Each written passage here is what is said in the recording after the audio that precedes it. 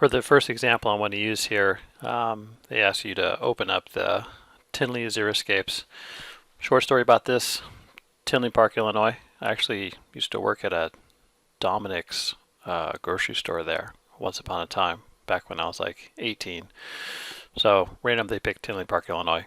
Anyway, so as we go through this, you'll notice that the page doesn't show up exactly like you think it would, because I've got it shrunk down so that way it fits on my screen here. If I make this a little bit wider, everything looks a little more normal, but I want to make sure you know that there's no smoke and mirrors here. This is all real deal.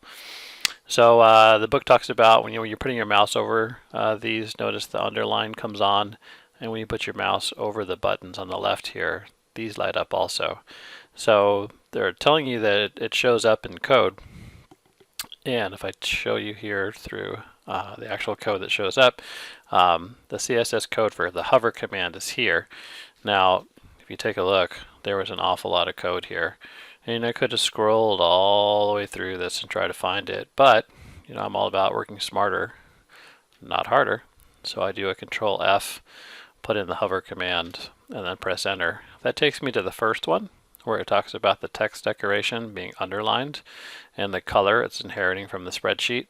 But that wasn't the one I was looking for. I was kind of looking for the other one. And that's the one that actually changes the colors.